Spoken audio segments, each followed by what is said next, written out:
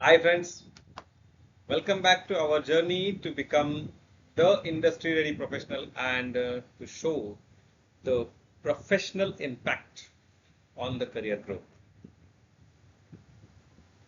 Today we have selected the topic to discuss is time management. How to prioritize the things, how to prioritize the activities, how to prioritize the tasks. This is the simplest agenda for today's session. Here, I'd like to make few corrections. The term time management or managing time is used as a title. Okay. But when we say time management or managing time, I have a basic question for you. Is there anybody watching this video can manage the time? Anyone is here? No one is here. No one in this world can manage the time. Managing something means काय असतं? Managing एखादी गोष्ट आपण manage करतो म्हणजे काय करतो? तर त्या गोष्टीमध्ये काही प्लस मायनस असतील, बरोबर? ते आपण थोडं ऍडजस्ट करतो, ऍडजस्ट करायचा प्रयत्न करतो. एक सोप्या भाषेत सांगायचं झालं, आय विल मॅनेज समथिंग. म्हणजे एखाद्याने आपल्याला विचारलं समजा की तू आज या आमच्या घरी फंक्शनला येऊ शकशील का? तर आपण काय काय म्हणतो? I will manage something and I will come. म्हणजे आपण काय मॅनेज करतो? एखादं काम असेल समजा तर ते आपण काम कॅन्सल करतो किंवा आपण ते काम पोस्टपोन करतो. मग आपण कॅन्सल केलेलं काम पुन्हा करू शकतो का? ऑब्व्हियसली करू शकतो. एखाद्या वेळेस आपल्याला काही पैसे मॅनेज करायचे असतात, आपण म्हणतो ना मी थोडं ऍडजस्ट करतो आणि तुला सांगतो. एखाद्या मित्रानं रक्कम मागितली असेल, मग आपल्याकडे नसेल ती रक्कम, तर मग आपण काय करतो?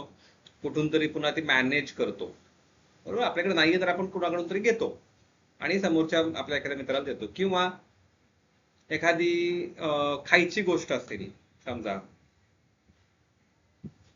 तर आज आपला प्लॅन आहे की आपण एक डिनर मध्ये एखादी व्हेज मध्ये एखादी भाजी आपण घ्यायची आणि रोटी घ्यायची. पण समहाऊ रोटी भाजी मॅनेज नाही झाली, राईस मॅनेज झाला. म्हणजे एखादी गोष्ट नाही झाली तर दुसरी गोष्ट होऊ शकते. म्हणजे आपण बघायचंय की मॅनेज या शब्दाचा अर्थ काय नेमका. मग आता आपण बघूया मॅनेजिंग टाइम. आपण टाइम मॅनेज करू शकतो का? एकदा आता हा गेलेला जो काही वेळ आहे, किती 3 मिनिटं झाली हा व्हिडिओ स्टार्ट करून, 3 मिनिटापूर्वी जी वेळ होती ती परत आता मिळणार आहे का मला? जर माझ्याकडून आता काही चूक झाली बोलण्यामध्ये, जर एखाद्या ठिकाणी फंबल झाला आणि मी म्हटलं की मी पुन्हा रेकॉर्डिंग करेन, तर ही जे काही 3 किंवा 4 मिनिटं जी आता होत आहेत, ही परत मला मिळणार आहेत का? आत्ताची टायमिंग किती आहे? समथिंग अराउंड 11:25 और 23, बरोबर? म्हणजे मी 11:20ला हा व्हिडिओ स्टार्ट केला असं समजूयात आपण. परत मी जाऊन मागं 11:20ला व्हिडिओ स्टार्ट करू शकतो का? मग मी टाइम मॅनेज करू शकतो का? नाही करू शकत. मग इंटेन्शनली हा इथं वर्डचा किंवा ही टर्म इथं वापरलेली आहे. आज तुम्ही जगात कुठे गेलात तरी जगात ही टर्म सर्रास वापरली जाते, म्हणून आपण सुद्धा इथं ही टर्म वापरलेली आहे. आणि या वापरण्याच्या मागे एक कारण आहे. काय कारण आहे ते? तर जेव्हा केव्हा तुम्हाला तुमच्या आयुष्यामध्ये टाइम मॅनेजमेंट ही टर्म तुमच्या समोर येईल, तेव्हा तेव्हा तुम्ही ही गोष्ट आठवाल की नितीन सरांनी सांगितलेलं टाइम मॅनेज नाही करू शकत आपण, आपण आपल्या ऍक्टिव्हिटीज मॅनेज करू शकतो, आपण आपले टास्क मॅनेज करू शकतो, किंवा एखादी प्रायोरिटी आपण मॅनेज करू शकतो, पण टाइम नाही मॅनेज करू शकत. I think I am very much clear with this concept. एखादा प्रोजेक्ट रिपोर्ट मला जर आज दुपारी 3 वाजेपर्यंत सबमिट करायचा आहे आणि सायमल्टेनियस आत्ताच मला एखादं टास्क मिळालं ज्याचा रिपोर्ट सुद्धा मला 3 वाजेपर्यंत द्यायचा आहे, तर मी काय टाइम मॅनेज करणार आहे त्याच्यामध्ये? दोन्ही रिपोर्ट मला 3 वाजताच द्यायचे आहेत, काय मॅनेज करणार आहे मी? काहीच नाही मॅनेज करू शकत ना. इथं मला मॅनेज काय करावं लागेल? टास्क मॅनेज करावं लागेल, प्रायोरिटी मॅनेज करावी लागेल, आणि ते टास्क कशा पद्धतीने कम्प्लीट करायचे आहेत हे मॅनेज करावं लागेल. I hope I am making a clear point here. म्हणून आपण ही टर्म इंटेन्शनली इथे वापरलेली आहे, टाइम मॅनेजमेंट.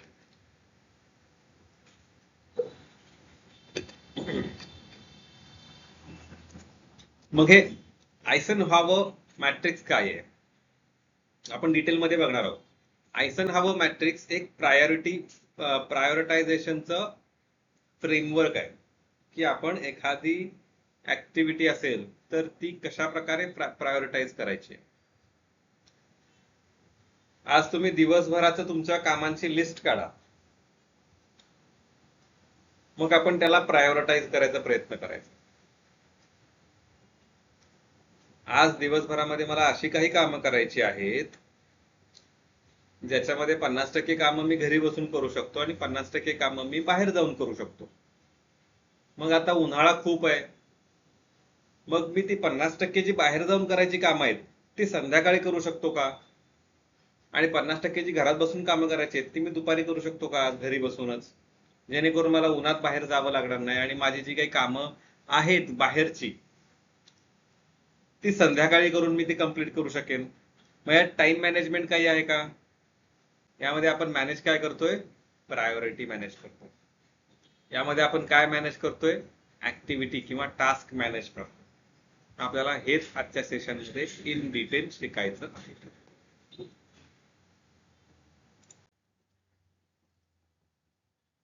तर आजचा आपला अजेंडा काय आहे? आजच्या या सेशनचा आपला अजेंडा काय आहे? पहिलं, अर्जंट वर्सेस इम्पॉर्टंट टास्क. कुठलं टास्क अर्जंट आहे, कुठलं टास्क इम्पॉर्टंट आहे हे आपण प्रायोरिटी करायला शिकणार आहोत. कॅटेगरायझेशन ऑफ युअर वर्कलोड आपण कॅटेगरायझेशन करणार आहोत. कॅटेगरायझेशन म्हणजे काय आहे? प्रत्येक जे काही आपल्याकडे येणार आहे ऍक्टिव्हिटी किंवा टास्क त्याचं आपण कॅटेगरायझेशन करणार आहोत.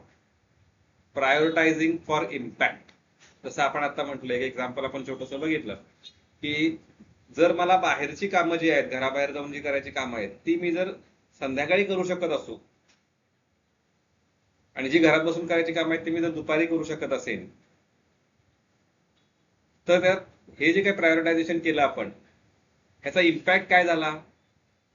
जर मला दुपारची कामं ही बाहेरच जाऊन करावी लागली असतील, बाहेरची कामं जर मला दुपारीच करावी लागली असतील तर मला उन्हातून जावं लागलं असतं, उन्हाचा त्रास झाला असता, आणि संध्याकाळी मी जेव्हा घरी येईल तेव्हा जी 50% मला घरी करायची कामं होती ती कामं करायची माझ्याकडे एनर्जी राहिली असती का?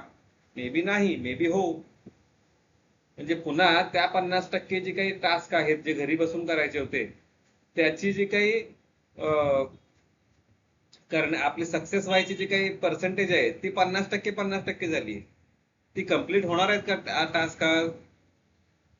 50% हो, 50% नाही.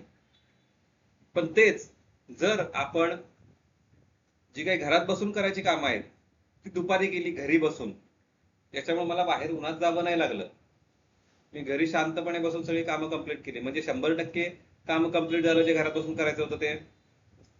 आणि संध्याकाळी जी काही बाहेरची कामं होती ती मी कंप्लीट केली. म्हणजे कुठेही पर्सेंटेज आपलं कमी झालं का? नाही कमी झालं. चान्स कमी झाला का?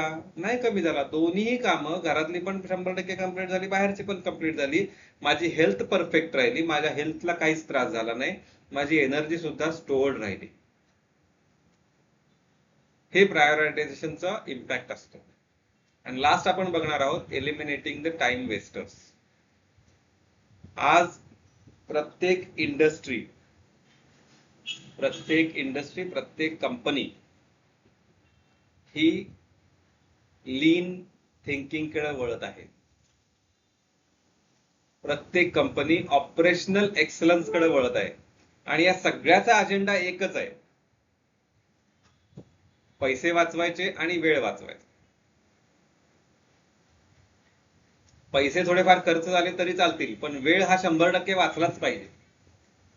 आणि वाचलेला वेळ दुसऱ्या कामासाठी चांगल्या प्रकारे वापरला गेला पाहिजे. नुसताच वेळ वाचवायचा नाहीये. म्हणजे आज मी एखाद्या कंपनीचा एम्प्लॉई आहे सपोज, तर जी काही त्यांनी नवीन लीन थिंकिंग वापरली आणि माझी प्रोसेस मला मॉडिफाय करून दिली, जी मी दिवसभर काम करणार होतो, त्या मॉडिफाईड प्रोसेसनुसार माझं दिवसभराचं काम जर निम्म्याच दिवसात झालं तर याचा अर्थ असा आहे का की मी दुपारी घरी निघून जायचंय? नाही. मी कदाचित उद्याचं काम आता करू शकेन, किंवा मी दुसऱ्या एखाद्या टीमला सपोर्ट करू शकेन, काही करू शकेन, पण मला तो वेळ जो वाचलेला आहे तो सदुपयोगी लावता येईल ना. म्हणजे माझ्या एका माणसाकडून, हा जो काही एक माणूस तुमच्या समोर बसला, या एका माणसाकडून एका दिवसात जेवढं काम करून मिळणार होतं ते ऑप्टिमायझेशन करून, प्रोसेस ऑप्टिमायझेशन करून अर्ध्या दिवसातच झालं.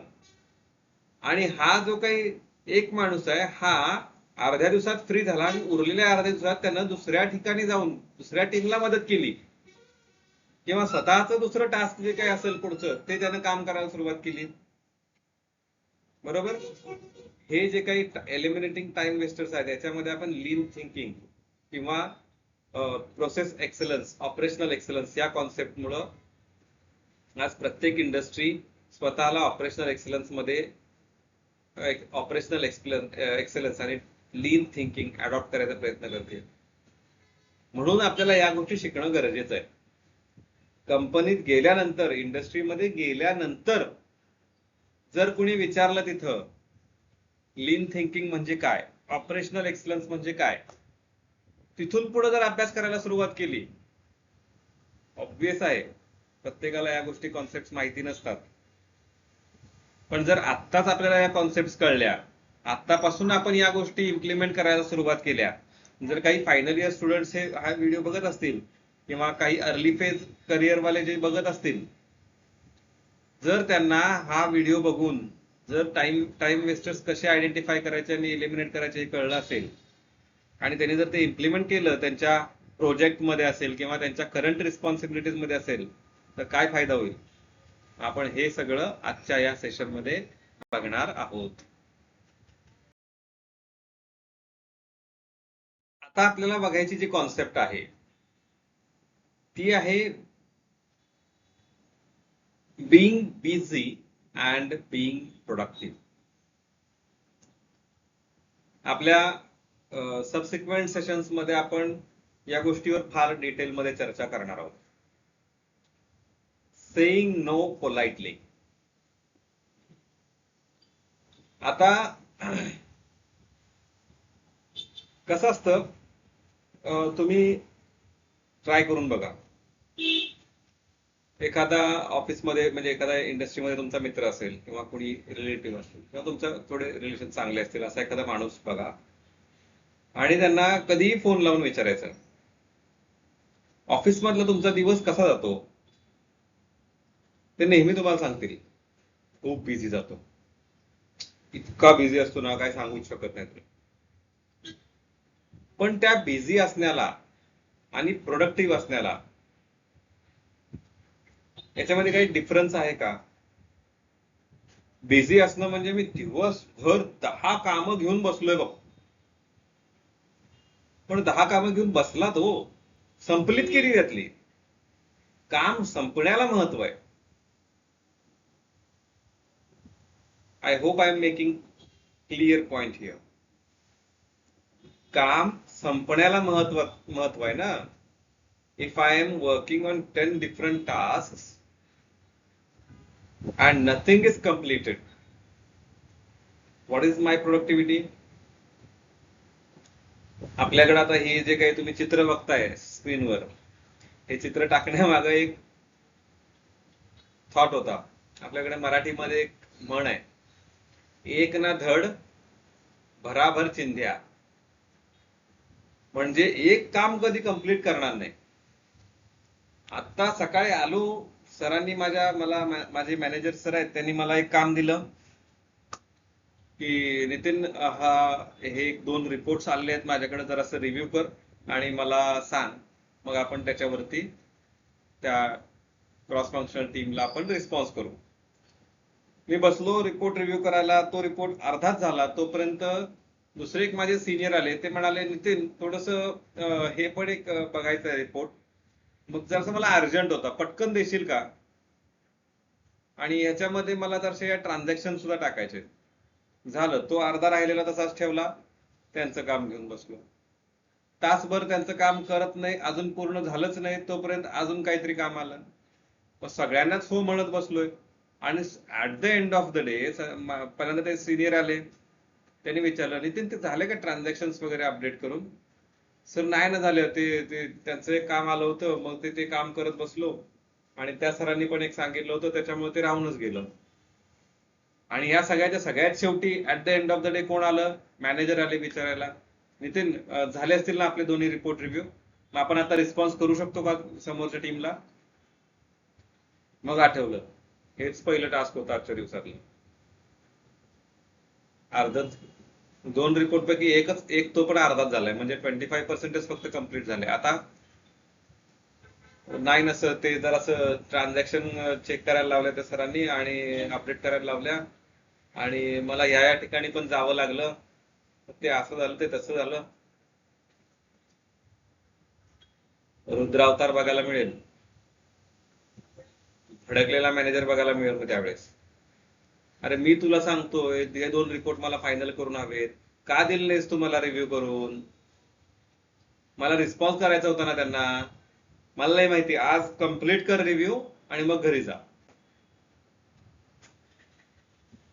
सगळी कामं बाजूला राहिली आणि काय करत बसलो आता?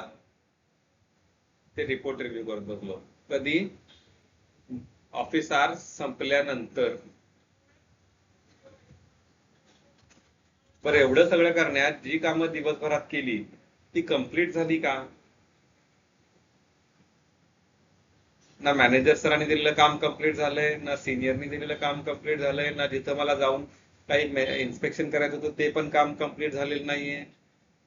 मला काही रिपोर्ट बनवायचे होते ते पण काम कंप्लीट झालेलं नाहीये. म्हणून आपण म्हण सांगितलेलं मगाशी, एक ना धड भराभर चिंध्या. आणि तेच आपला एक कलिग आहे, त्याला त्याच्या मॅनेजरने 2 रिपोर्ट सकाळी दिले होते. त्यानं काय केलं? सिनियर जेव्हा त्याच्याकडे दुसरे गेले तेव्हा त्यानं काय केलं?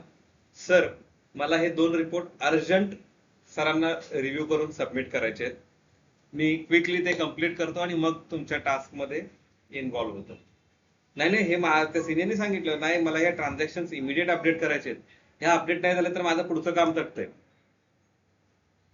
ओके, मग सरांनी मला काय सांगितलं, मॅनेजर सरांनी, की संध्याकाळी मला रिस्पॉन्स करायचा आहे. ठीक आहे, मग यांच्या ऍक्टिव्हिटीला मला किती वेळ लागतोय? ट्रान्झॅक्शन अपडेट करायला मला किती वेळ लागतोय? तर अर्धा तास लागेल. त्यानं ते साईडला ठेवलं, अर्ध्या तासात त्यानं ते पटकन काम कम्प्लीट करून घेतलं. मीन टाइम दुसरं कोणीतरी आलं होतं की तिथे आपल्याला इन्स्पेक्शन साठी जायचंय आणि त्याचा रिपोर्ट पण आपल्याला आज फायनल करून द्यायचा आहे. त्याने काय केलं, 1 मिनिट थांबा, तो सरळ आपल्या मॅनेजर सरांच्याकडे गेला.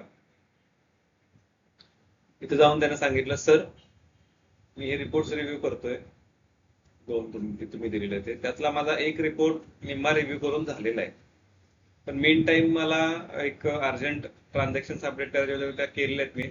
थोडं अर्जंट होतं त्याच्यामुळे पुढच्या ऍक्टिव्हिटी थांबत होत्या, म्हणून मी ते केलेलं आहे कम्प्लीट, पण आता मला इन्स्पेक्शन साठी जावं लागतंय. आय डोंट थिंक की मी लवकर तिथून येऊ शकेल, आणि तिथून आल्यानंतर सुद्धा मला त्या इन्स्पेक्शनचा रिपोर्ट इमिडिएट द्यावा लागतो. तो बनवून वगैरे रिपोर्ट देण्यात मला वेळ जाईल, आणि मग हे 2 रिपोर्ट रिव्ह्यू करण्यासाठी मला थोडा अजून वेळ मिळाला तर बरं होईल. सर म्हणतील ठीक आहे, मला उद्या दुपारपर्यंत दे, त्यांना जर काय अर्जन्सी नसेल तर. त्यांना जर का अर्जंट हवा असेल तर ते म्हणतील थांब जरा, कोण आलं होतं तुझ्याकडे इन्स्पेक्शनसाठी, ओके तो माणूस आला होता का, त्याला फोन लावतील, त्यांना सांगतील बाबा नितीन आता नाही येऊ शकत, तू दुसऱ्या कोणाला तरी अरेंज कर आणि तिकडून घेऊन जा. आणि तुमचं काम 5:30च्या आत कम्प्लीट झालं. त्या मित्राचं, सॉरी तुमचं नाही, त्या मित्राचं. बरोबर आहे. त्यानं काय केलं, कुणाला नाही म्हटला का तो, त्यानं प्रायोरिटायझेशन करायचा प्रयत्न केला. आणि जिथं प्रायोरिटी त्याला करता येत नव्हती तिथं त्यानं अथॉरिटी मध्ये जे कोणी आहेत ते मॅनेजर सरांची त्यानं हेल्प घेतली. बरोबर. आणि काय झालं तिथं, बेनिफिट काय झाला, त्याचे दोन्ही रिपोर्ट सुद्धा रिव्ह्यू करून झाले. At the end of day त्यांनी रिस्पॉन्स सुद्धा दिला, म्हणजे मॅनेजर सरांचं जे काही टास्क होतं ते कम्प्लीट झालेलं आहे. जे सिनियर त्याच्याकडे आले होते ट्रान्झॅक्शन अपडेट करायसाठी, त्यांचं पण टास्क कम्प्लीट झालेलं आहे. आणि जे इन्स्पेक्शन होतं ते डेलिगेट दुसऱ्या माणसाला झालं, आणि त्याच्यामुळे ते इन्स्पेक्शन पण कम्प्लीट झालं आणि त्याचा रिपोर्ट पण कम्प्लीट झाला. आणि तो मुलगा संध्याकाळी 5:30 वाजता घरी पण निघून गेला, आणि आपण मात्र अजून रिव्ह्यू करत बसलो. प्रत्येक वेळेला आपणच डिसिजन घ्यायचा आहे, आपणच प्रायोरिटायझेशन करायचं आहे हे पॉसिबल नसतं. बऱ्याचदा आपल्याला अथॉरिटीमध्ये जे आहेत बसलेले लोक त्यांची मदत घेणं सुद्धा गरजेचं असतं. कदाचित त्यांनी सांगितलं असतं की नाही तुझा इन्स्पेक्शनला, मला रिपोर्ट तू उद्या दुपारपर्यंत दिला असतं चालेल रिव्ह्यू करून, पण उद्या दुपारचं प्लॅनिंग आताच ठरलंय. बरोबर आहे. म्हणजे उद्या दुपारपर्यंत आपल्याला तो द्यायचंच आहे कंपल्सरी. उद्या दुपारी जाऊन आपण परत सांगू शकत नाही सर आता परत इन्स्पेक्शनला जायचंय म्हणून. बरोबर. मग अशा पद्धतीनं आपल्याला प्रत्येक काम करायचं नाहीये, आपल्याला फक्त बरोबर काम करायचे. लास्ट सेंटेन्स आहे बघा स्लाइडवर, the goal is not to do more things, it is to do the right thing. आणि इट इज टू डू म्हटलंय, याचा अर्थ ते कम्प्लीट करायचंय. स्टार्ट नाही म्हणून सांगितलं तर डू, स्टार्ट करायचं आणि कम्प्लीट करायचं. म्हणून एक गोष्ट नेहमी लक्षात ठेवायची की एखादी ऍक्टिव्हिटी आपण कम्प्लीट केली तरच तिला महत्व आहे. स्टार्टिंग 10 कामांची करतोय, 10 कामं सुरू करून देतोय, पण त्यातली कम्प्लीट किती होत आहेत याच्यावरून आपली प्रोडक्टिव्हिटी ठरते. म्हणून आपण एका सेशन मध्ये बघितलं होतं, मल्टीटास्किंग आपल्याला व्हायचं नाहीये. मल्टीटास्किंग व्हायचं नाहीये, आपण व्हायरस नाही आहोत 3 इडियट्स मधला. आपल्याला मल्टीटास्किंग व्हायचं नाहीये, आपल्याला प्रायोरिटायझेशन करायचंय आणि प्रायोरिटीनुसार आपल्याला प्रत्येक काम कम्प्लीट करायचं आहे. आणि आपली जी काही प्रोडक्टिव्हिटी आपण म्हणतो की आपल्या या एकंदरीत दिवसाची प्रोडक्टिव्हिटी काय होते, आजच्या 10 कामं सुरू केली ही प्रोडक्टिव्हिटी आहे का? नाही. त्या 10 मधली कामं कम्प्लीट किती झाली ही आपली प्रोडक्टिव्हिटी आहे. हा, मला 10 ऍक्टिव्हिटीज आज असाइन झाल्या होत्या, पण ऍज पर प्रायोरिटी मी पहिल्या 3 ऍक्टिव्हिटीज आज कम्प्लीट केलेल्या आहेत. हे आपल्याला करता आलं पाहिजे. म्हणून आपण आज आयझनहॉवर मॅट्रिक्स शिकणार आहोत. जेव्हा मी माझ्या डॉक्युमेंटेशनच्या रोलमध्ये, क्वालिटी मॅनेजमेंट सिस्टमच्या रोलमध्ये फसलो होतो एक दिवस, मला कळत नव्हतं की अरे यार नेमकं मी आता करू काय. आणि मग मी रविवारी सुद्धा कामावर जायला लागलो, इव्हन माझा वीक ऑफ असताना सुद्धा मी कामावर जायला लागलो, पण कामच कम्प्लीट होत नव्हते. आणि अशाच एका रविवारी मी गेलो ऑफिसमध्ये, आणि एक सिनियर कलिग आहेत आपले माझे, ते पण त्या दिवशी रविवारी काहीतरी त्यांचं ते प्रोसेस इंजिनिअरिंग मध्ये होते, त्याच्यामुळे त्यांना ऍज पर प्रोसेस रिक्वायरमेंट कधीही ड्युटीवर यावं लागतं. मग ते त्या दिवशी आले होते. मग ते मला म्हणाले अरे नितीन आज संडे आहे, why are you here today. Sunday होता, थोडा रिलॅक्स होतो, काम होतच पण रिलॅक्स पण होतो थोडा. I told him everything. Then he drew this Eisenhower matrix on the whiteboard in our cabin. And he told me to start implementing not tomorrow, today itself.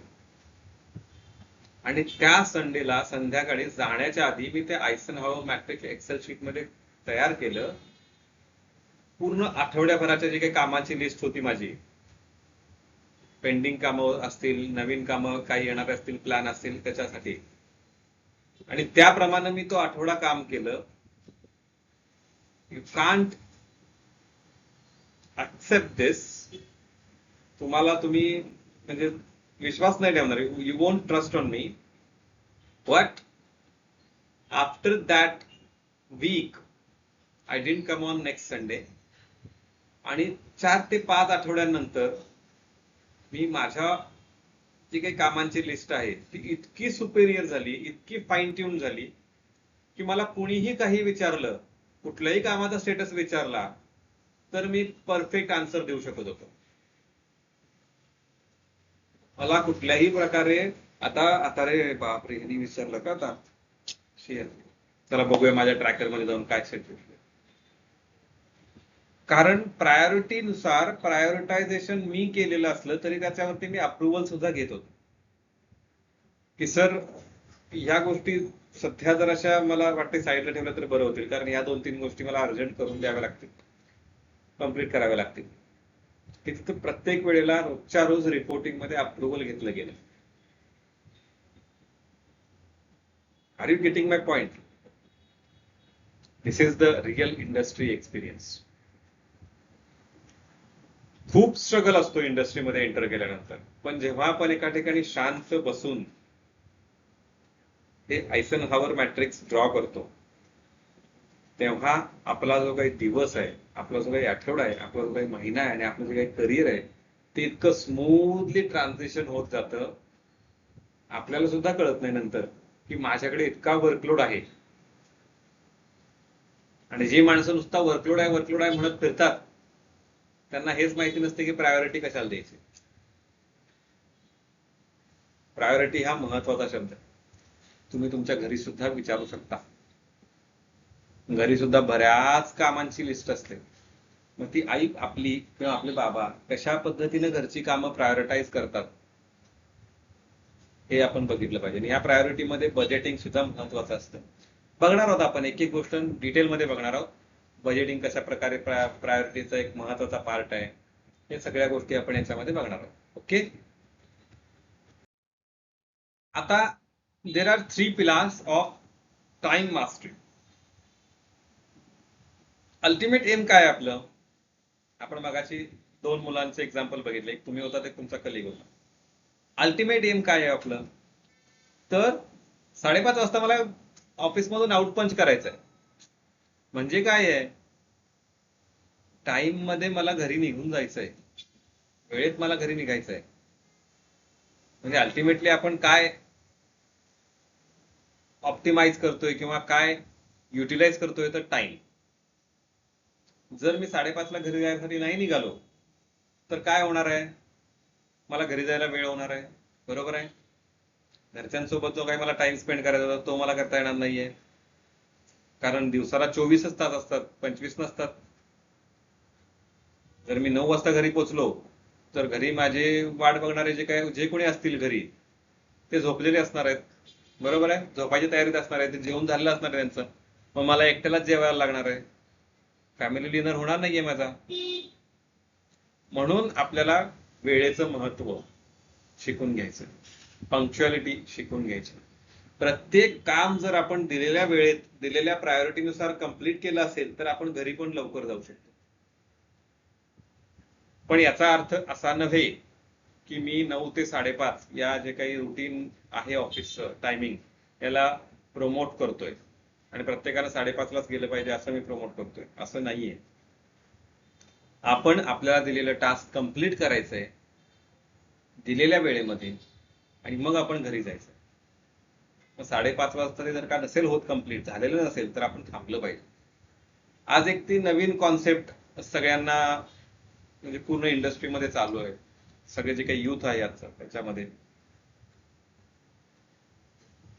Balancing the professional and personal life. आता हे balancing म्हणतात आणि 9 ते 5:30 वाजता झालं की 5:30 वाजले की काम कितीही शिल्लक असू दे काही लोक निघून जायचा प्रयत्न करतात घरी. बरोबर, काम शिल्लक आहे, काम पूर्ण झालेलंच नाहीये आणि घरी जायचंय. आता आपण आपल्या घरचाच विचार करा. जर सपोज आपल्या आईने एक शेड्यूल बनवलं की मी सकाळी 10 ते दुपारी 12 या वेळेतच जेवण बनवणार आहे. ओके, 12 नंतर मी किचन मध्ये जाणार नाही जेवण बनवण्यासाठी, असं ते जर का शेड्यूल बनवलं आणि 12 वाजेपर्यंत जेवण पूर्ण झालं नाही तर ती बंद करेल का हो किचन? तिने जर का बंद केलं किचन तर काय होईल? जेवणाला चपाती, भाजी, भात, आमटी ह्या 4 गोष्टी लागतात बेअर मिनिमम. चपाती आणि भाजी केली किंवा चपाती आणि भात आणि आमटी केली, भाजी तिची झालीच नाही 10 ते 12 या वेळेमध्ये, तर बिना भाजीचं जेवणार आहोत का आपण त्या दिवशी? काय तोंड पडेल नाही आपलं? काय सॅड होणार आहोत आपण? काय मूड ऑफ, काय आज चपाती आणि आमटी खायला लागणार आहे, भाजी केलीच नाही आता. चालेल, तसंच आहे आपल्या प्रोफेशनल लाईफ मध्ये सुद्धा. हा, एखादं काम खरंच ते आज नाही कम्प्लीट झालं तरी चालणार आहे, आपण चालू केलेलं आहे, 4-5 दिवसात ते काम कम्प्लीट होणार आहे, तेव्हा तुम्ही जाऊ शकता वेळेमध्ये. पण ते सुद्धा प्रत्येक गोष्टीचा स्टेटस असला पाहिजे. एक एक सेकंद महत्वाचा असतो आपल्या पर्सनल प्लस प्रोफेशनल लाईफ मध्ये. एक एक सेकंद महत्वाचा असतो.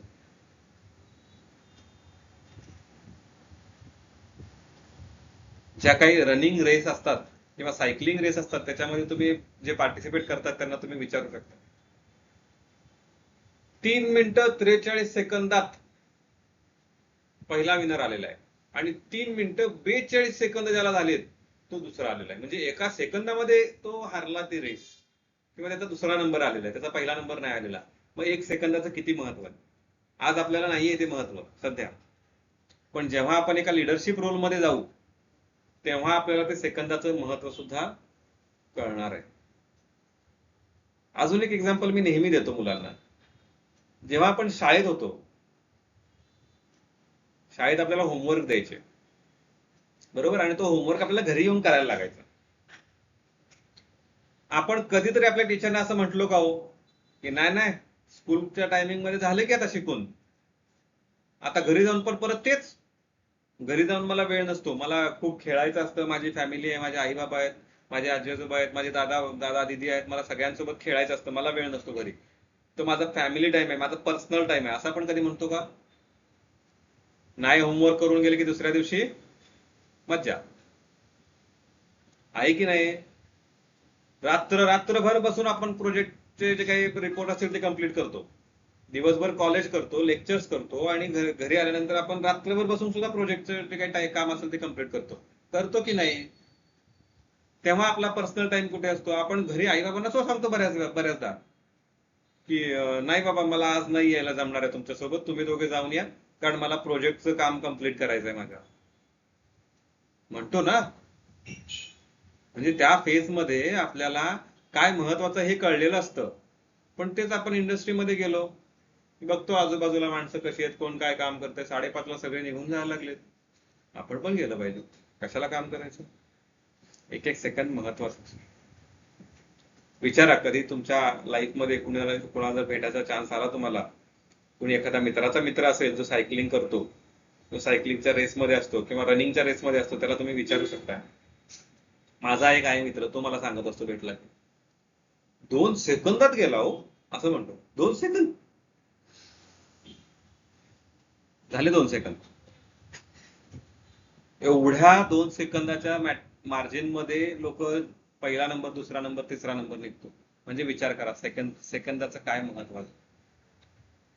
म्हणून आपण टाइम मास्टरी शिकली पाहिजे. टाइम कसा युटिलाइज करायचा हे आपण शिकलं पाहिजे. टाइम मॅनेजमेंट शिकायचं नाही, टाइम युटिलायझेशन आपल्याला शिकायचं. मग त्याचं पहिलं कोर पिलर काय आहे तर क्लॅरिटी. जर मला क्लिअरच नसेल की नेमकं करायचं काय आहे, तर ती गोष्ट वेळेत कंप्लीट होईल का?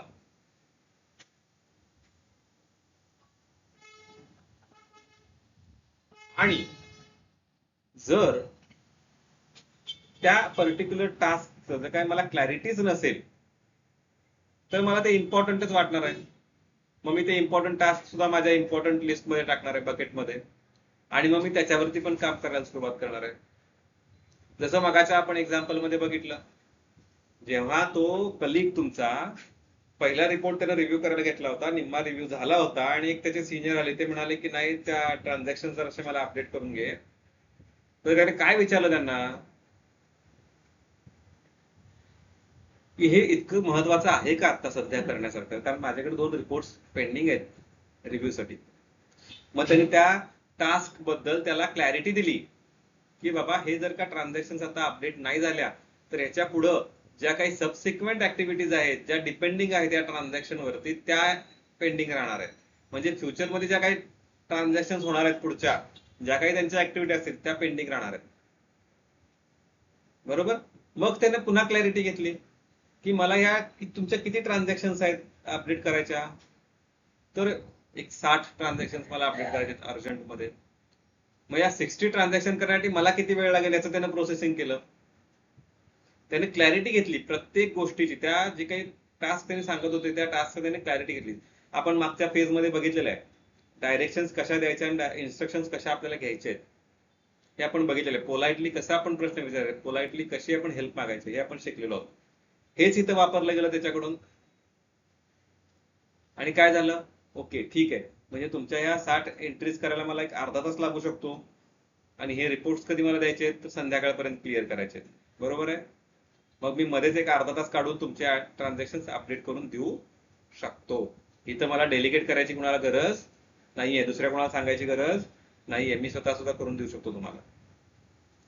क्लॅरिटी किती महत्वाची आहे.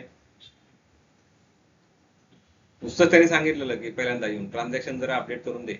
आता ट्रान्झॅक्शन अपडेट करणं हे इम्पॉर्टंट काम आहे, पण क्लॅरिटी नसल्यामुळं ते काम आपल्याला इम्पॉर्टंट वाटलं आहेच, ते काम इम्पॉर्टंट नाही असं नाहीये, पण जर क्लॅरिटी घेतली नसती तर ते अर्जंट सुद्धा वाटलं असतं किंवा वाटलं नसतं सुद्धा. एखाद्या वेळेस त्यांना असा पण डिसिजन घेतला असतं की हा ठीक आहे, तर त्या तुमची लिस्ट अपडेट करायची मी करतो, आणि त्यांना स्वतःच्या डेस्कवरच ठेवून घेतला असता आणि रिपोर्ट रिव्ह्यू करत बसला असता. आणि ते अर्ध्या तासाने त्यांनी येऊन विचारलं असतं झाल्या का अपडेट, नाही झाले अजून, नाही दिले, रिपोर्ट रिव्ह्यू करून झाली करतो की. म्हणजे त्यांच्या ज्या काही पुढच्या ऍक्टिव्हिटी आहेत त्या सगळ्या पेंडिंगच राहणार. कशामुळं, तुम्ही चुकीचं प्रायोरिटायझेशन केल्यामुळं.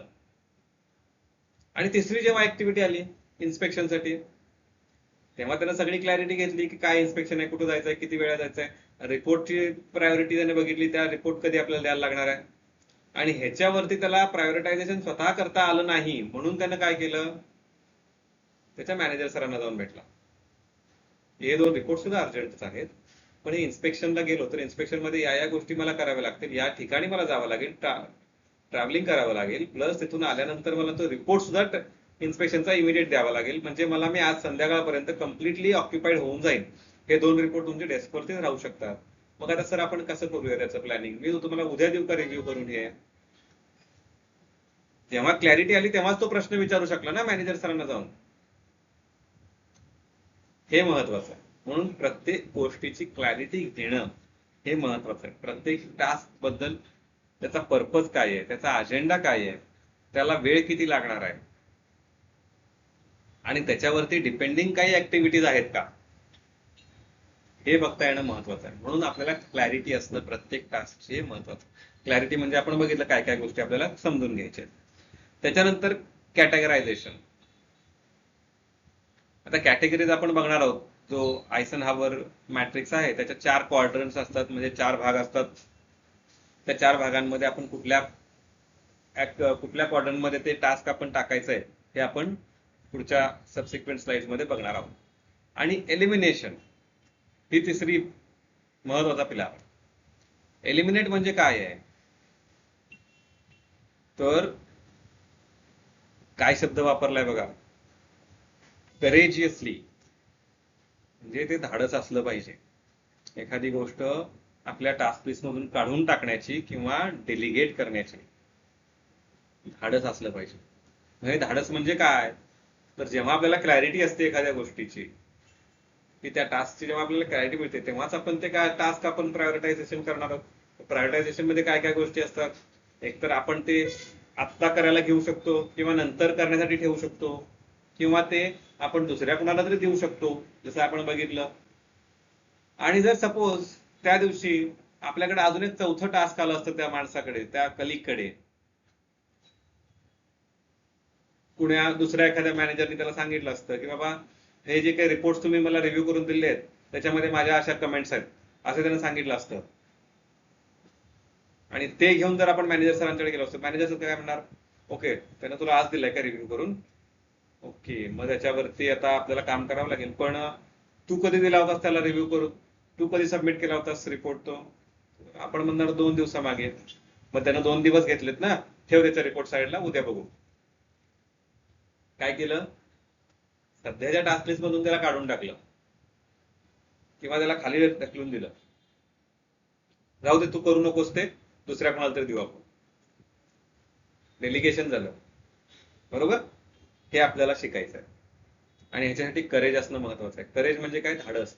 मग धाडस कधी येतं, धाडस कधी येतं, आता जस्ट आपण ते बंजी जम्पिंग बघतो, बरोबर आहे, तिथं जाऊन डायरेक्ट उडी मारायची आहे का, हा बाबा बेल्ट बिल्ट लावा मला, मारा उडी, ढकला मला, असं नसतं. तिथं पण तुमचं ट्रेनिंग होतं, तुम्हाला तिथं प्रत्येक गोष्टीची क्लॅरिटी दिली जाते. तुमचा जो सेफ्टी बेल्ट आहे त्याची क्लॅरिटी दिली जाते, त्याच्याबद्दल तुम्हाला सगळी माहिती सांगितली जाते, मगच तुम्हाला खाली ढकललं जातं. खाली जाऊन कशा पद्धतीचं फिलिंग तुम्ही घेणार आहात हे सुद्धा तिथं सांगितलं जातं. बरोबर, म्हणून धाडस महत्वाचं असतं. आणि हे धाडस कुठून येतं, तर जर त्याची आपल्याला क्लिअर इन्फॉर्मेशन असेल, क्लिअर माहिती असेल, तर आपण धाडसानं त्या गोष्टी बोलू शकतो. Okay, here it is the Eisenhower matrix. The Eisenhower matrix, your decision framework. याचे 4 क्वाड्रंट्स दिसतात तुम्हाला स्क्रीनवरती. 4 क्वाड्रंट दिसतात. हा पहिला आहे, हा आहे अर्जंट अँड इम्पॉर्टंट. हा दुसरा आहे अर्जंट बट नॉट इम्पॉर्टंट.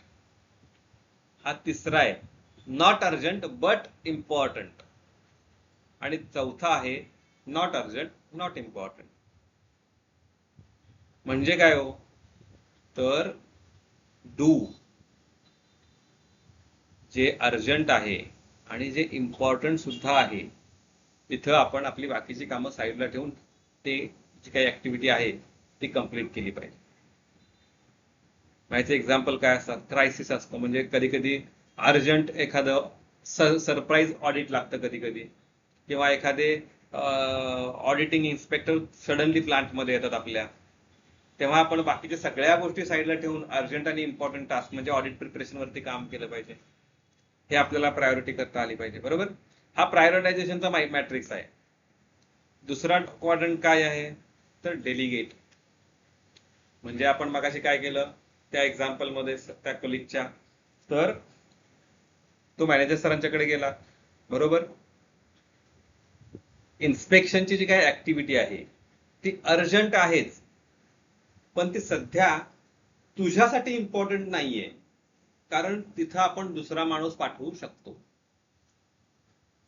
म्हणजे त्या दुसऱ्या माणसासाठी ही इन्स्पेक्शनची जी काही ऍक्टिव्हिटी आहे ती कुठल्या क्वाड्रंट मध्ये गेली, तर अर्जंट अँड इम्पॉर्टंट क्वाड्रंट मध्ये ढकलली. तुमच्यासाठी ती कुठं होती, अर्जंट आणि नॉट इम्पॉर्टंट. बरोबर, इथे आपण डेलिगेट केली ऍक्टिव्हिटी, म्हणजे ती झाली सुद्धा आणि आपल्या कामाच्या जे काही शेड्यूल होतं त्या कामाच्या शेड्यूलवरती सुद्धा काही फरक पडलेला नाहीये. तिसरं काय आहे, नॉट अर्जंट बट इम्पॉर्टंट. म्हणजे त्यानं जे प्रायोरिटायझेशन केलं, जेव्हा त्याचे सिनियर दुसरे आले आणि त्यांनी सांगितलं की ह्या ज्या काही एंट्रीज आहेत, ज्या काही ट्रान्झॅक्शन आहेत मला अपडेट करून दे, तेव्हा त्यानं प्रायोरिटायझेशन काय केलं, माझ्याकडे 2 ऍक्टिव्हिटीज आहेत. पहिली कुठली आहे, तर मॅनेजर सरांनी दिलेले 2 रिपोर्ट मला रिव्ह्यू करायचे, आणि दुसरी कुठली आहे, तर या ट्रान्झॅक्शन अपडेट करायचे. मग आता ह्या 2 ऍक्टिव्हिटीजला त्याने कसं कॅटेगराईज केलं, ह्या ज्या काही ट्रान्झॅक्शन्स आहेत या ट्रान्झॅक्शन्स अर्जंट आत्ताच अपडेट नाही झाल्या तर ह्याच्या मागे असणाऱ्या 4 ऍक्टिव्हिटीज होल्ड होतात. म्हणजे ही जी काही ऍक्टिव्हिटी आहे ट्रान्झॅक्शन अपडेटिंगची, ती काय झाली, पहिल्या क्वाड्रंट मध्ये आली, अर्जंट अँड इम्पॉर्टंट. आणि जे मी ऍक्टिव्हिटी ऑलरेडी करतोय, जे 2 रिपोर्ट मला रिव्ह्यू करायचे आहेत, ते मला कधी द्यायचे आहेत रिव्ह्यू करून? At the end of the day मला द्यायचे आहेत. म्हणजे ते अर्जंट आहे का? या दोन टास्कच्या कंपॅरिझन मध्ये ते अर्जंट आहे का? तर नाहीये, पण इम्पॉर्टंट आहे. म्हणून त्याने काय केलं? प्लॅन केला. त्या रिपोर्ट रिव्ह्यूच्या ऍक्टिव्हिटीला त्यानं प्लॅनिंगच्या जे काय आपलं क्वाड्रंट आहे त्या क्वाड्रंट मध्ये ढकललं. आणि हे जे काही ट्रान्झॅक्शन अपडेशनची ऍक्टिव्हिटी होती त्याची त्यांनी टायमिंग सुद्धा विचारून घेतली की मला किती वेळ लागणार आहे, किती ट्रान्झॅक्शन अपडेट करायचे, त्याच्यापेक्षा मला किती वेळ लागणार आहे. अर्धा तास ते 1 तास लागेल. म्हणून त्याने काय केलं? रिपोर्ट साईडला ठेवले आणि त्या ऍक्टिव्हिटीवरती फोकस केला. क्लिअर आहे कॉन्सेप्ट? बघा, अशा पद्धतीने आपल्याला हे करायचंय. आणि चौथ्या क्वाड्रंट मध्ये कुठली ऍक्टिव्हिटी आली जी आपण आता बघितली रिसेंटली, की दुसऱ्या एका मॅनेजर कडून मला रिपोर्ट्स आले जे मी त्यांना दिले होते रिव्ह्यू साठी. माझ्याकडून सुद्धा काही रिपोर्ट जातात ना रिव्ह्यू साठी, ते आलेत रिव्ह्यू करून त्यांच्या कॉमेंट्स विथ देअर कॉमेंट्स. मग मी जेव्हा मॅनेजरना विचारलं, त्या कोलिगनं जेव्हा त्या मॅनेजरना विचारलं की सर आपल्या जे आपण रिपोर्ट दिले होते त्याच्यावरती काही कमेंट्स आलेले आहेत, पण आपण ते आता नाही केलं तरी चालण्यासारखं आहे, एक 15 दिवस आहेत अजून त्याच्यासाठी आपल्याला. मग आजचा दिवसाचा जो काही आपला हा क्वाड्रंट आहे ह्याच्यातून ती गोष्ट काय झाली? एलिमिनेट झाली. कारण ती अर्जंट पण नाहीये आणि इम्पॉर्टंट पण नाहीये. हा, 15 दिवस आहेत त्या गोष्टीला, याचा अर्थ ती आज नॉट अर्जंट नॉट इम्पॉर्टंट मध्ये आहे, पण ती 8 दिवसांनंतर तिचा क्वाड्रंट बदलणार आहे. ती कुठे जाणार आहे? नॉट अर्जंट बट इम्पॉर्टंट मध्ये जाणार आहे. ती 8 दिवसांनंतर जाईल ती. तोपर्यंत आपण रोजच्या रोज प्लॅनिंग बघतोच आहे आपलं, बरोबर आहे. ते टास्क आपल्या पेंडिंग लिस्ट मध्ये राहणार आहे, तो रिपोर्ट फायनलाइज करायचा आहे, त्या कमेंट्स ऍड्रेस करायचे आहेत, पण आजच्या दिवसासाठी ते एलिमिनेट झालेलं आहे. Getting my point? परफेक्ट. आणि जर तुम्ही हे जे काही क्वाड्रंट आहेत 4 हे मास्टर केले, हे शिकून घेतले, तर तुम्ही कधीही प्रेशर मध्ये काम करणार नाही. आणि अंडर प्रेशर काम केल्यामुळं पूर्ण हेल्थ जी बिघडते लोकांची, त्या प्रकारे तुमची हेल्थ कधीच बिघडणार नाही. इथे आपण एक फॅक्ट मेन्शन केलेला आहे, the highest performing people spend most of their time in quadrant 2 plan. कारण कुठलीही गोष्ट त्यांची अर्जंट होतच नाही का? कारण ती गोष्ट ऑलरेडी प्लॅन्ड असते. अर्जंट कुठली गोष्ट असते? जी अचानक आलेली असते, जसं की एखादं ऑडिट, बरोबर, जसं की एखादं डेव्हिएशन, जसं की एखादा प्रॉब्लेम. हे अर्जंट येतात, हे अचानक येतात आणि मग त्याच्यावरती अर्जंटली ऍक्ट करावं लागतं. पण जे हायेस्ट परफॉर्मिंग प्रोफेशनल असतात ना, ते नेहमी काय करतात? त्यांच्या प्रत्येक ऍक्टिव्हिटीला ते प्लॅन करून ठेवतात. आणि प्लॅन करून ठेवल्यामुळं, प्लॅन म्हणजे प्लॅन कसा असतो? तर ही ऍक्टिव्हिटी मला उद्या करायची आहे, ही ऍक्टिव्हिटी मला परवा करायची आहे, त्याच्या डेट्स दिलेले असतात आणि त्या डेट प्रमाणे ते काम करत असतात. म्हणून या प्लॅन क्वाड्रंट 2 जो काही आहे प्लॅनचा, त्या क्वाड्रंट मध्ये जर आपण नेहमी राहायचा प्रयत्न केला तर आपल्याला अर्जंट हे जे काही प्रेशर आहे हे प्रेशर आपल्यावर कधीच येणार नाही. जसं मी मगाशी सांगितलं, अंडर प्रेशर काम केल्यामुळेच बरेचसे आजार आपल्याला चालू होत असतात. ब्लड प्रेशर कमी जास्त होणे, ब्लड शुगर कमी जास्त होणे, हे अंडर प्रेशर काम केल्यामुळे होतात. आणि जर आपण नेहमी प्लॅन या क्वाड्रंट मध्येच राहायचा प्रयत्न केला तर आपल्याला कुठलेही आजार कधीही होणार नाही आणि आपली जी काही प्रोफेशनल पर्सनल लाईफ आहे ही सुद्धा परफेक्टली बॅलन्स होणार आहे, बरोबर. म्हणून हे जे काही क्वाड्रंट्स आहेत हे आपण शिकून घेणं महत्वाचं आहे आणि ह्याच्याप्रमाणेच आपण आजपासून काम करायला शिकायचं आहे. ओके. आता एका विद्यार्थ्याचा आपण दिवस, इथं 3rd इयरचा एक इंजिनिअरिंगचा स्टुडंट आपण घेतलेला आहे आणि त्याचा एक दिवस ऍज अन एक्झाम्पल आपण इथं बघणार आहोत. आता तुम्ही एक्झाम्पल आपण सगळे बघितले जे काही ते आपण इंडस्ट्री मधले बघितले, बरोबर, इंटेन्शनली बघितले आपण, कारण आपण एक इथं विद्यार्थ्याचा पूर्ण दिवसाचं शेड्यूल आपण इथं बघितलेलं आहे, इथं मेन्शन केलेलं आहे ऍज अन एक्झाम्पल. ओके, आता तुम्ही विद्यार्थी आहात तर तुम्ही म्हणाल नाही सगळं मगापासून तुम्ही इंडस्ट्रीचं सांगितलं, मग हे आयझनहॉवर मॅट्रिक्स मला काही उपयोगाचं नाहीये. पण ह्या एक्झाम्पल नंतर तुम्ही म्हणाल की नाही हे माझ्यासाठी सुद्धा उपयोगाचं आहे आणि हे फॉलो करणं गरजेचं आहे. ओके, त्याचं स्टेटमेंट कसं आहे बघा. I was drowning in assignments, club meetings, and social pressure. Once I started sorting everything into the matrix each morning, I stopped feeling overwhelmed and started feeling in control. My grades improved, and I actually had time to breathe.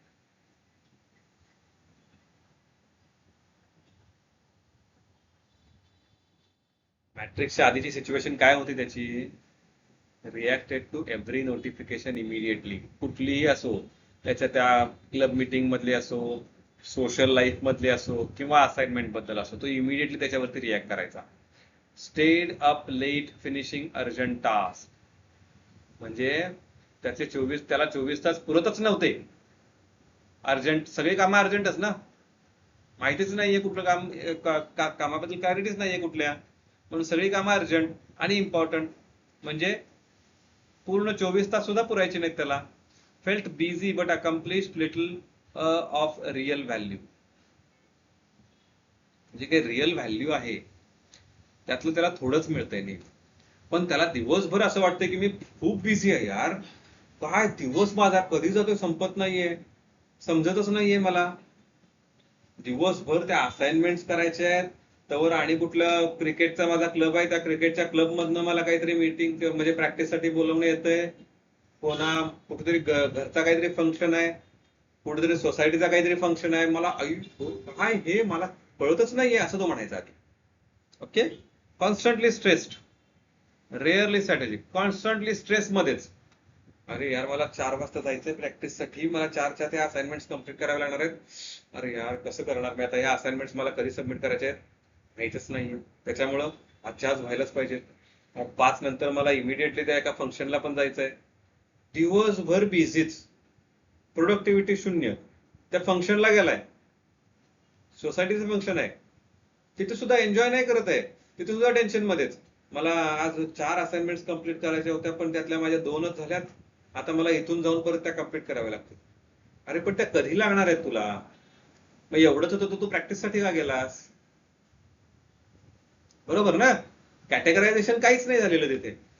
पण जेव्हा त्यानं हे आयझनहोवर matrix वापरायला सुरुवात केली त्याच्यानंतर काय केलं,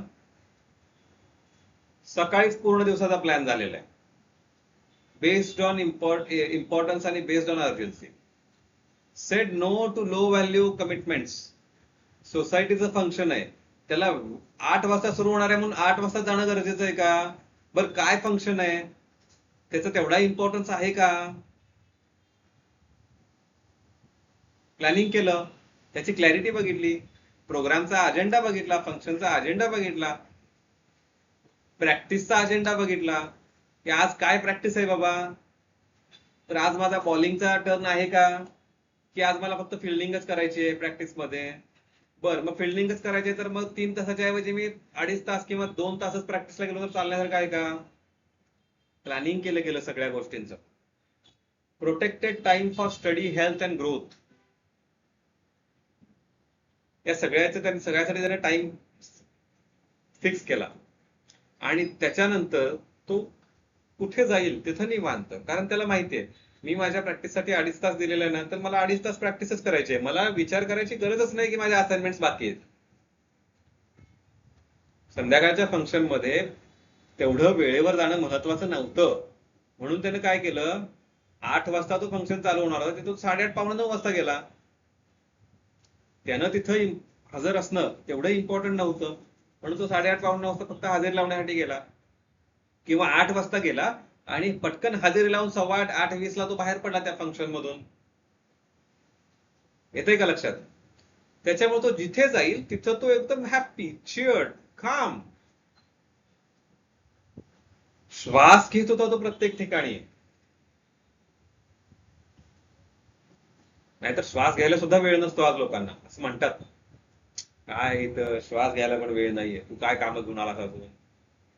ऐकलं असेल प्रत्येकानं, बरोबर. हे आपल्या दिवसाचं शेड्यूल आपल्याला रोज करता आलं पाहिजे. Okay,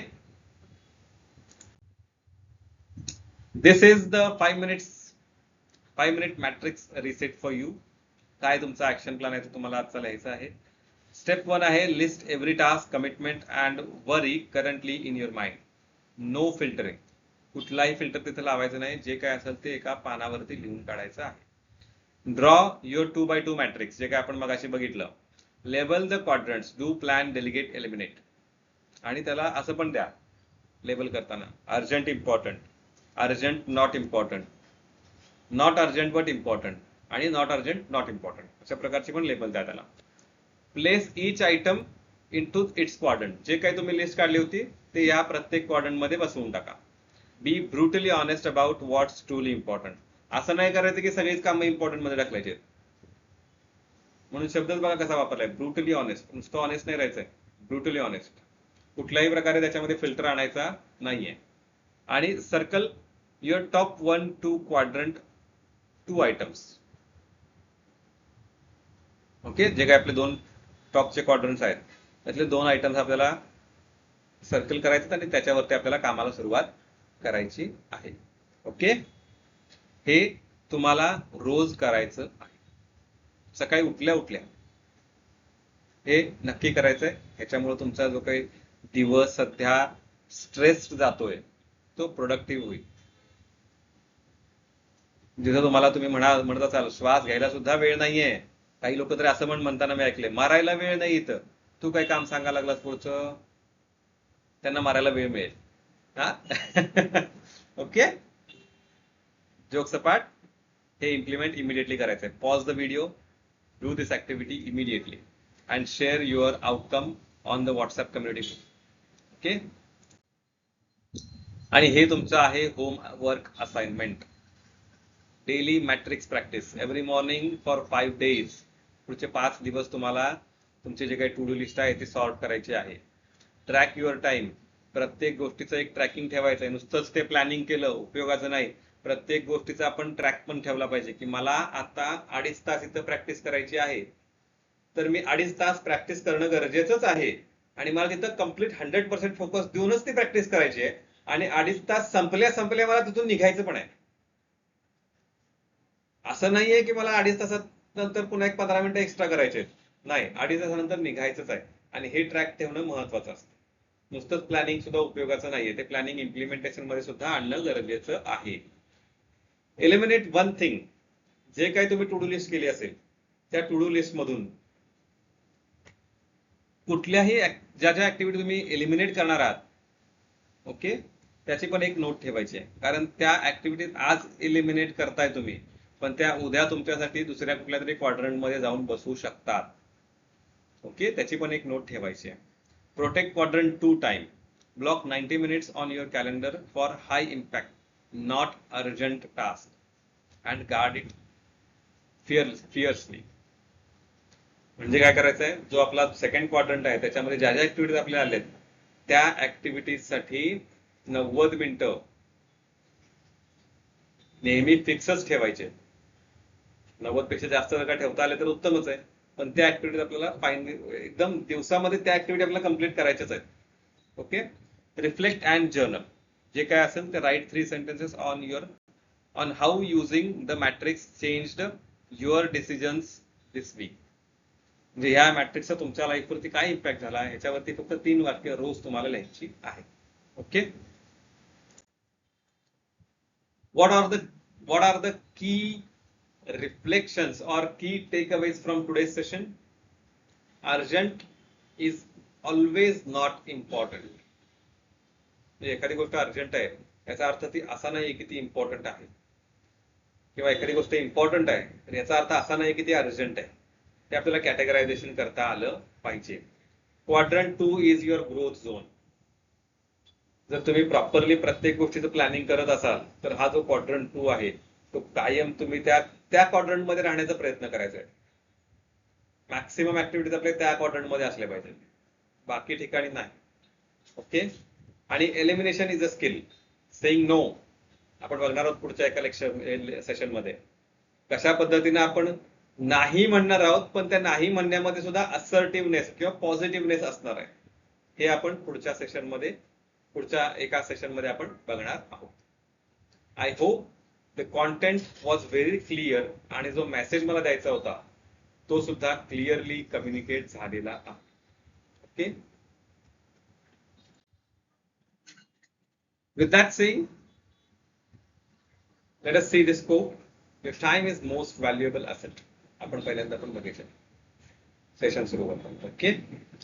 stay connected. तुम्ही ज्या काही तुम्हाला डाऊट्स असतील तर तुम्ही ते डाऊट्स मला विचारू शकता. ओके. व्हॉट्सअप कम्युनिटीमध्ये तुम्ही विचारू शकता. वेबसाईटवर येऊन तुम्ही ईमेल करू शकता किंवा कम्युनिकेट करू शकता किंवा डायरेक्ट व्हॉट्सअपवर सुद्धा तुम्ही मला कनेक्ट करू शकता.